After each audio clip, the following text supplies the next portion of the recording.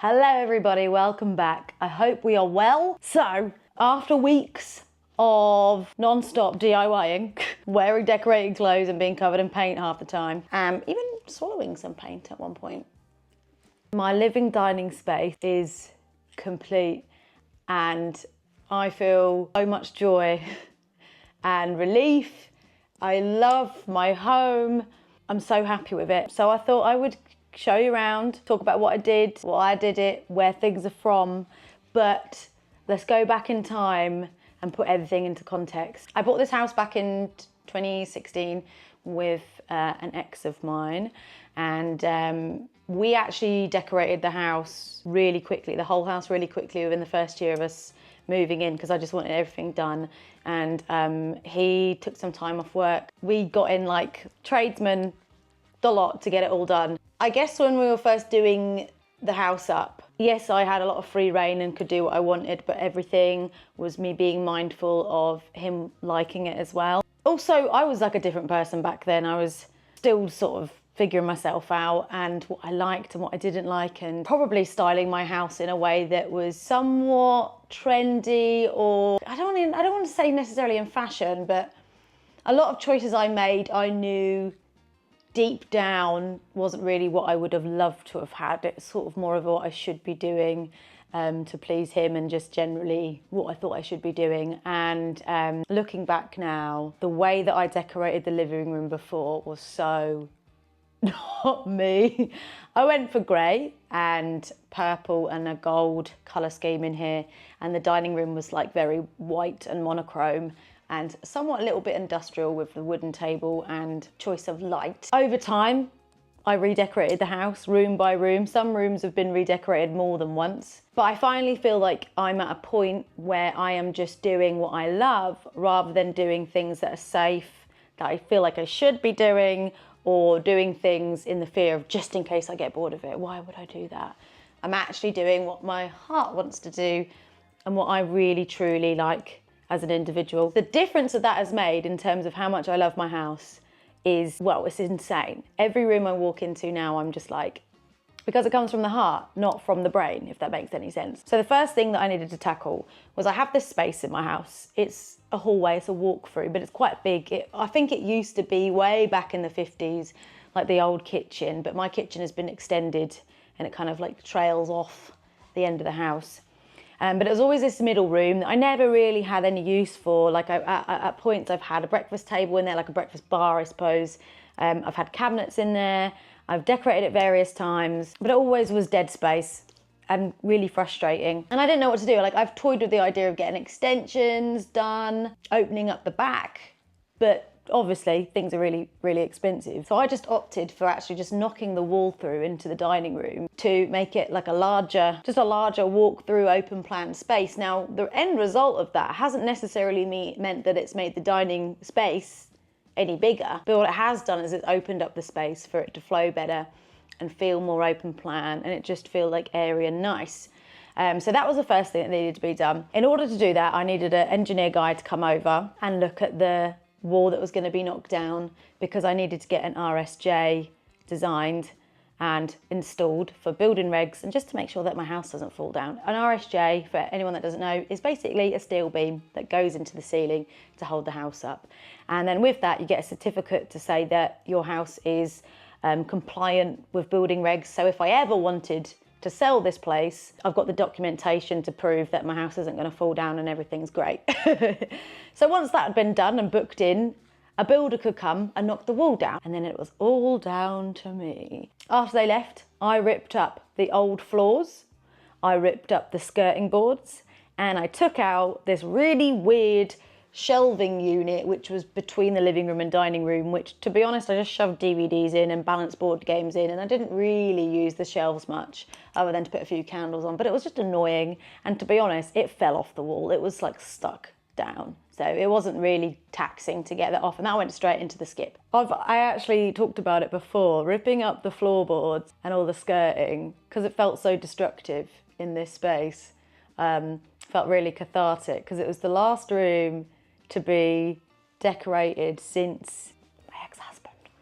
I was married. No, like I needed to get over the relationship, but I was almost like, this is the last thing that reminds me of, or could potentially remind me of our relationship. And this is also, the space just had such bad energy. Like it'd been through a lot. It'd seen all my lows and traumas and growth, and it was so grey and miserable, and the energy was just bad. I just felt so, the mood just dropped when I came in here, and it just really didn't resemble who I was as a person, and it just felt so restrictive. I don't know, I just really didn't like it in here. I'd been for a lot in this room as the way it was. It just, yeah, ugh. So it felt really cathartic to rip it to pieces. So once the floors and the skirting boards are up and that annoying middle bit, I painted, because I didn't want to get paint all over new floors, and I knew that that was a possibility because it's me. I'm a bit of a klutz, and sometimes I just like to rush into things without preparing properly. So I went for in the middle room into the dining room, this gorgeous dark green, which is a lick paint in green 05. I was toying with the idea of actually doing everything white and then just using prints and like accessories to bring the colour in, but I just thought, in the back of my mind, I was like, I'm not into white walls.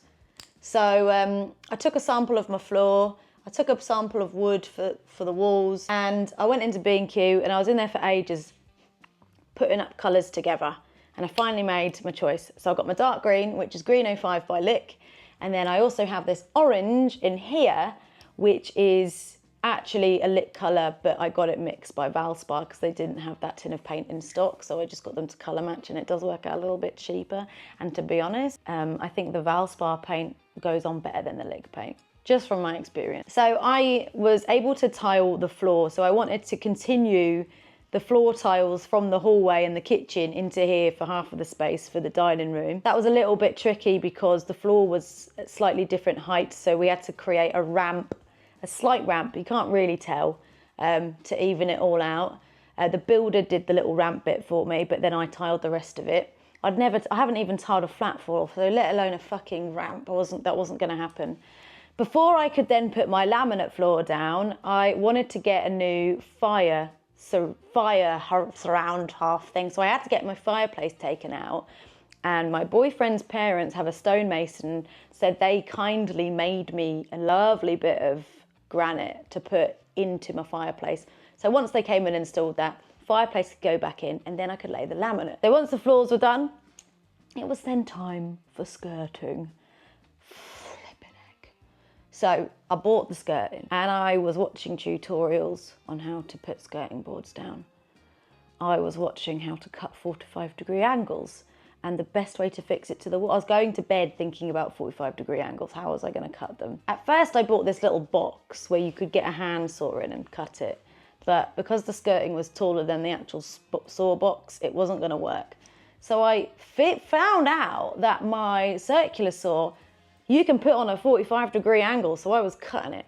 So basically with skirting boards, when it comes to corners, or just generally attaching it together, you have to cut it at a 45-degree angle so they slot together, and then you just fix it to the wall with skirting board glue and screws. But I figured it out. On the first day of me attempting skirting, I went through so much skirting board because I kept fucking it up, and I gave up, and I was so pissed. I then text someone to see if I could get a carpenter to come over and do it, but then I woke up the next morning and I was like, no, I'm going to do it myself. And I actually did it all the next day, and I succeeded. And even though it's not perfect, builder's cork comes in handy. I did some sculpting on corners where it's a bit dodge, but now it's painted, you can't tell.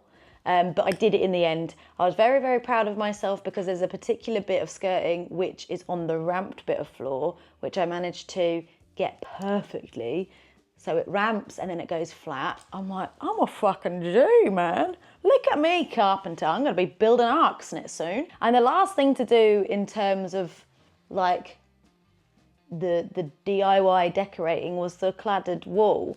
I originally was going to go with a company called Nature Wall, which do peel and stick planks, and they're really thin and they stick on the wall, but there was an issue with my order. They were having issues at the factory with my order, and because I'm impatient, in the meantime, I thought I would go down the local reclaimed wood yard, and I just got an idea. I just wanted to have a look at their product and see how much it would be for them to supply me with some reclaimed wood which is also really thin. And there was a £500 difference. It was £500 cheaper, sorry. It was £500 cheaper to buy it from a reclaimed woodyard. So as you can imagine, I just called up Nature Wall and said, can I have a refund? I'm still waiting on that refund. I saved £500, which is bonkers.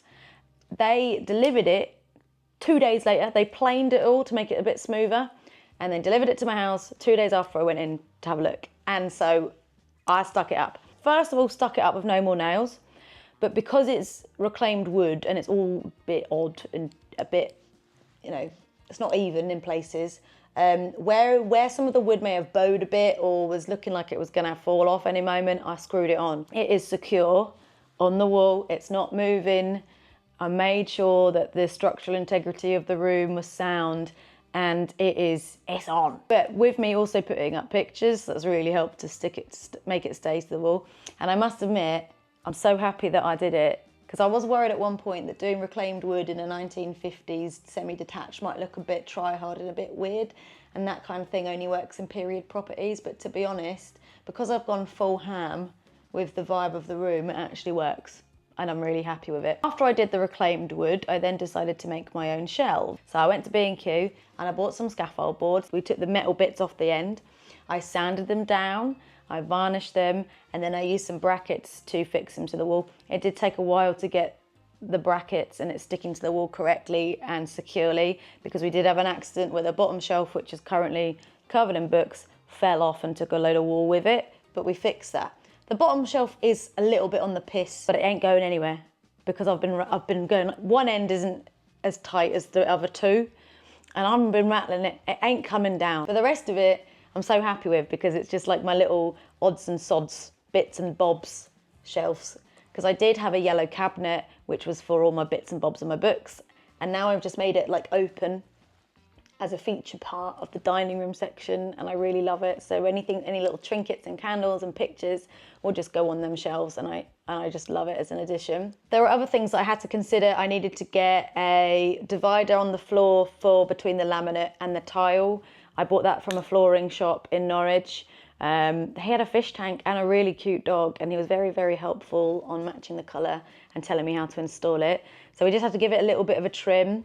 I also had to make sure the skirting board went over it, so I had to cut into the skirting board just like a little bit, just so it would sit on the top of it. Also had to get a new door jamb for between the hallway and the laminate flooring. I fitted the lights myself, so my dad's an electrician. So when I was a little bit confused about things, I would just ring him up and he'd give me a little tutorial. Right, Mel, okay, so a brown cable, you say it's got a bit of blue tape on it, yeah? I'm like, yeah, Dad, okay, well, I think that's gonna be I was like, I think, turn all the electricity off. Which may I add, when you're doing electrics, always turn it off. So it was always a case of, fuck, when I turn it all back on, is it gonna blow? Because that was I think that was the scariest part, was the electrics. And I changed all the sockets to beautiful brush bronze, because white sockets, no thank you. And then on to the fun part, which was actually furnishing it. So I bought a new sofa, Dream Sofa 2.0. So originally I had a loaf cuddle muffin corner sofa, which was great.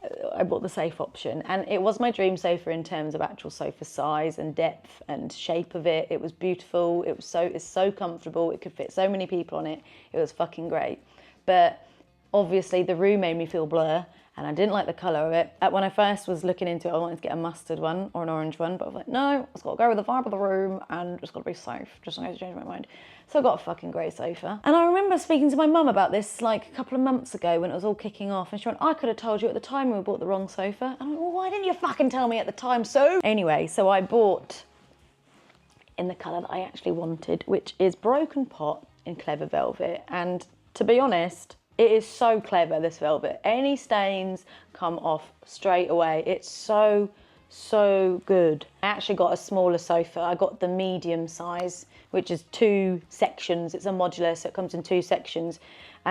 Reason being was, to be honest, the majority of the time, there's only ever really 2 people on this sofa, and it's more than enough for 2 people. And when people come over, we're usually outside or at the dining table, and that huge sofa really didn't get used, and it was just taking up so much space.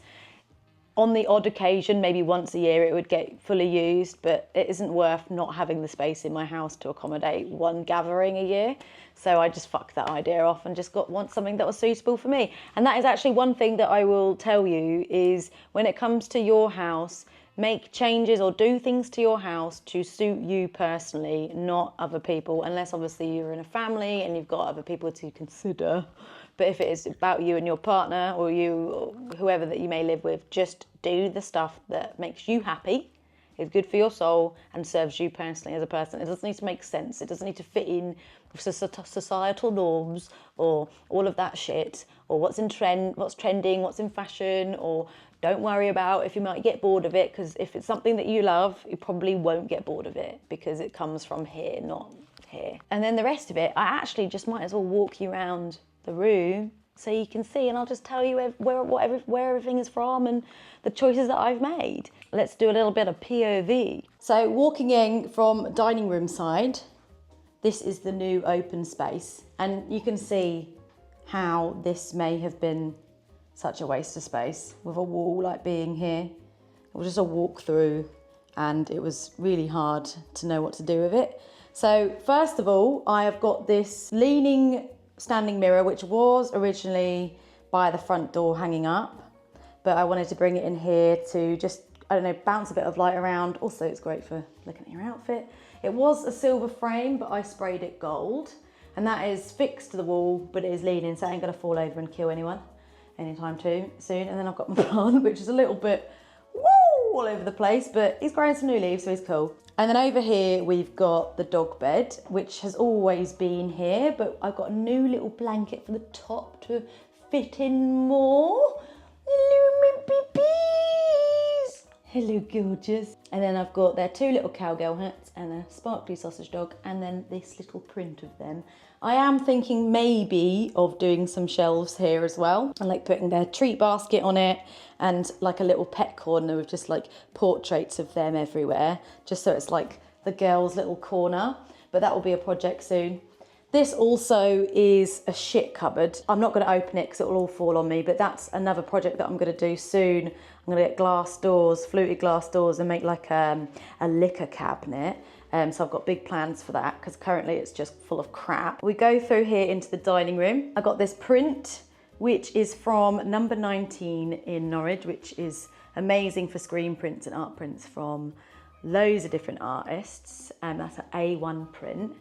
And then we go over into the dining room. I'm currently stood where the wall was, so this is weird, isn't it? This is the dining space. I've been working in this corner today. My mum and my boyfriend actually told me to get a round table because it's more communal and it's just better for the space. So I got this table from a shop in Norwich called Better Homes, or BF Furniture, and it's an extendable reclaimed wood table. So the extendable bit is actually in the base here. Currently I've got 4 chairs. That would easily seat 6, but with it extended it says 8 to 10, which is great. So Christmas round mine, everyone.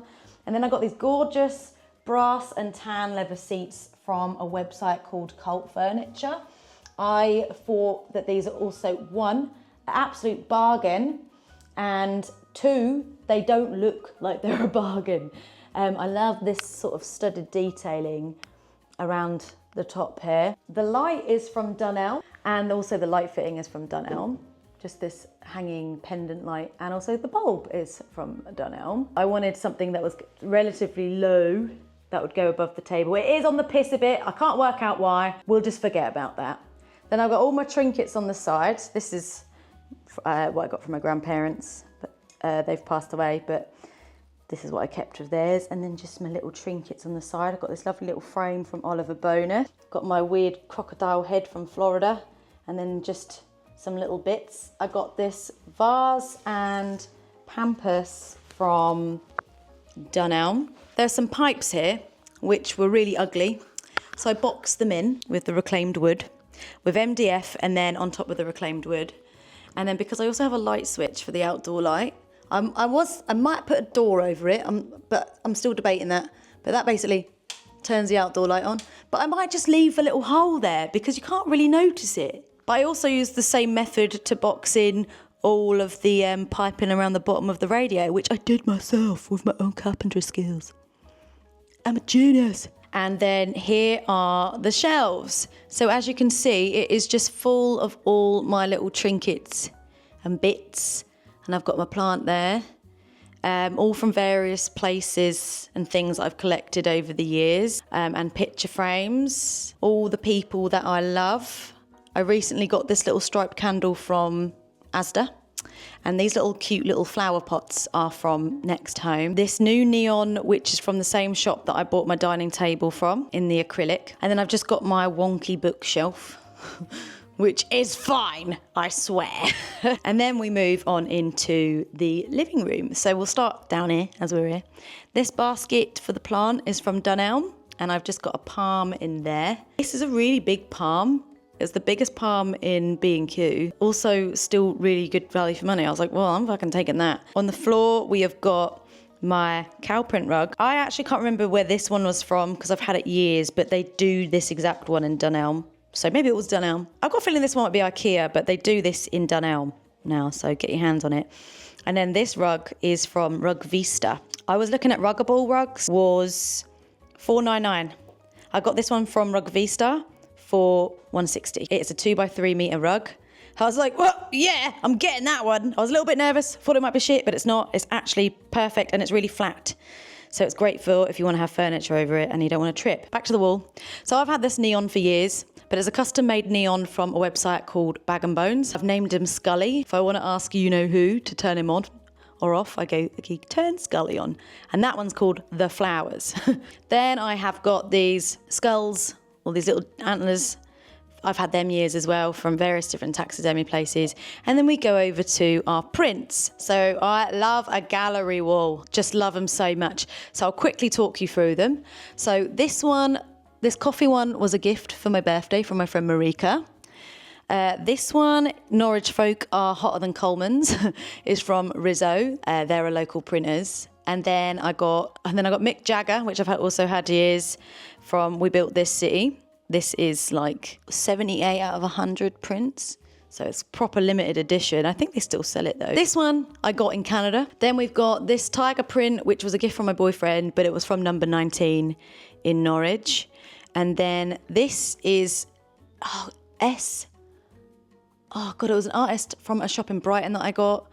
A tiger does not lose sleep over the opinion of sheep, which I love. Then I got this little plaque from a joke shop when I was in Cornwall, which I thought was really funny because this is where I sit and I can be a hormonal little biatch sometimes. And we've got these little cowboy boots from Etsy and also the amazing cactus print, which is also from Etsy. And so is the Kew Gardens heron print. That is also Etsy. I've got my beer o'clock clock. This sausage, which I've been told is French for sausage. I thought it was just a cute way of saying sausage because obviously I talk to my dogs like that. I'm stupid. That's Oliver Bonus, but they don't sell it anymore. So soz. Then the Relax Be Cool is my band merch, my band for Sonny Bones merch, done by my good friend Lauren Marina. She's a brilliant artist. Go check out her stuff. She's got the most beautiful shop. The Free Range Picken is also from number 19 in Norwich. That is original letterpress from Nashville from like 1870 something. Really super old. I mean, the print's not old, but the method of printing. Then I've got this, I've had years again, Do What You Love and Fuck the Rest from We Built This City. And then we've got Rock and Roll, which is from Telegram. Yeah, Telegram. And then this little cactus print from Etsy. All of these were either put up with a drill and screw or my new tacker device, which I'll link down below. It's the best for putting up pictures, especially on hard walls. But then we go over to here. So in this corner, I've got my record player and pot with a palm in and my amazing palm lamp. And this little sideboard was in my hallway and it was just full of shit, just dumping shit in it. So I sorted it out, put everything in actual homes, and it's become a really great little living room cabinet now because I was thinking, oh, I need a new sideboard.